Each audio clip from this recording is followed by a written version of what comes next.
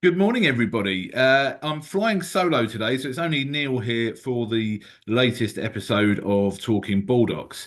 Um, Although today it will just be talking Baldock because Matt is he's been at the EXP Christmas party, networking there, and then he's off to the RAN Relocation Agent Network conference today, again networking and a day of learning for him. Um, and I was on a training seminar yesterday with the team here.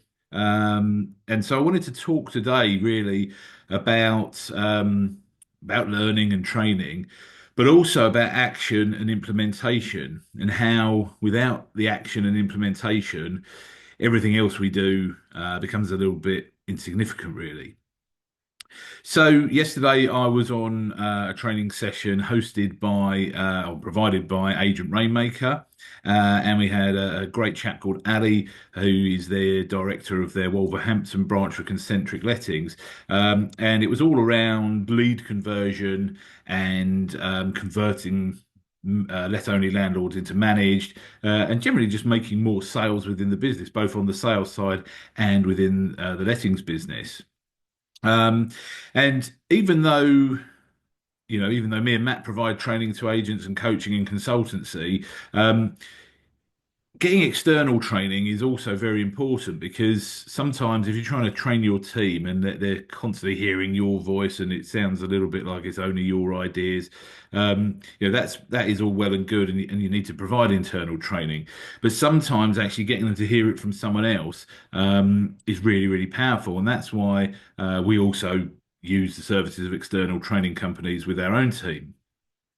But what it really got me thinking was it was a great training session, but what does it actually mean if we do nothing about it? And so we're taking some action on it. One of the things discussed was running landlord webinars. Now, we've been running landlord seminars sporadically for many years. In fact, our first one was held in 2015. I think we did another one around 2018. But what we haven't done is been consistent with those landlord seminars.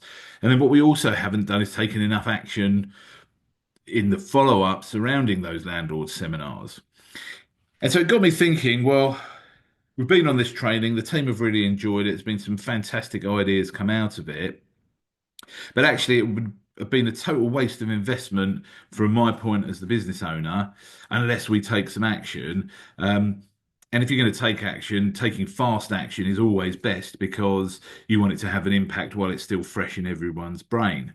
So we have immediately scheduled a landlord webinar for about a week and a half's time because we wanted to get one in before the Christmas break.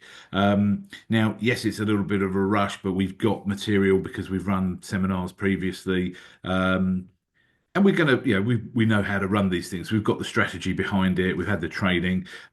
We can pull on our previous experiences from the physical events, and we're going to run it. And so, but the point is, had we gone on that training and not then taken action as a business owner, my investment in training the team yesterday would have really been a waste. So, action and implementation is just as important as the learning.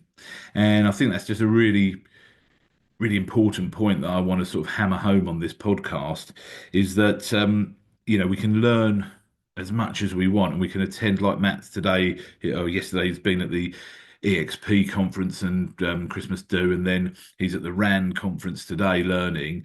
Unless we take those learnings and do something about it and the action and implementation happens, then it's a complete waste of time. So yeah, what can you do within your business? Have you had some training recently? Have you had some consultancy and coaching or anything like that?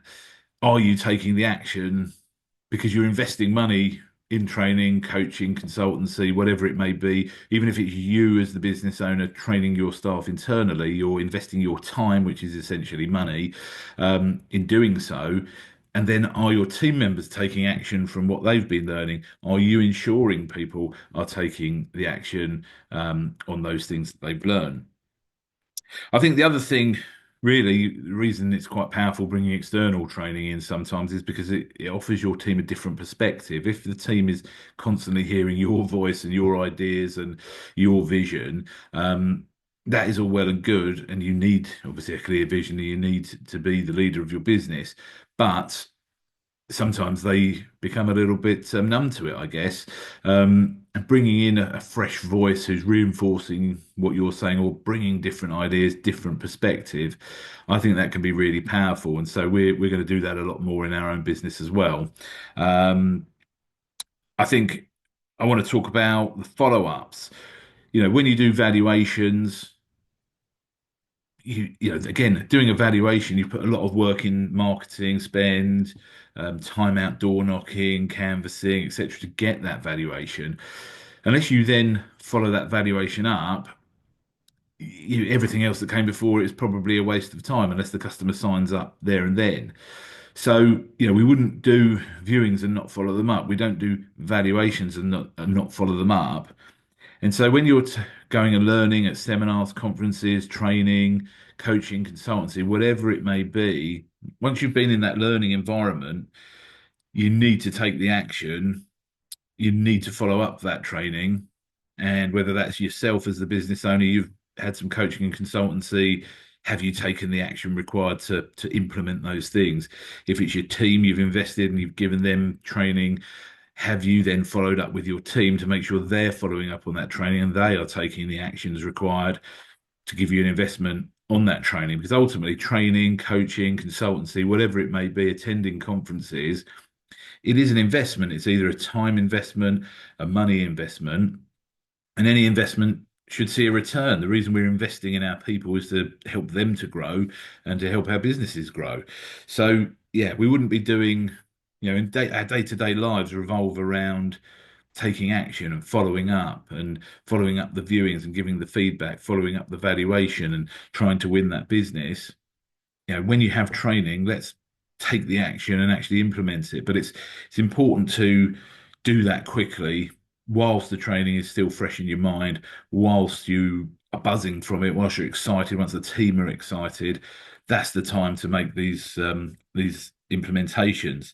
Um, Matt and I are gonna we've mentioned it a couple of times before, but we're going to be running something called the Boardroom next year, which is a kind of a mastermind training and coaching program for agents who seriously want to grow their business, get more time back for themselves as a business owner, make more profit, and have less stress. Those are the kind of key principles of it. But even in that, it's not just going to be me and Matt giving the coaching and consultancy. We're going to be bringing in external people, external speakers, even external to our industry. Because again, it's a different perspective. And if everybody's going to the same training all the time, it's the same person saying the same things.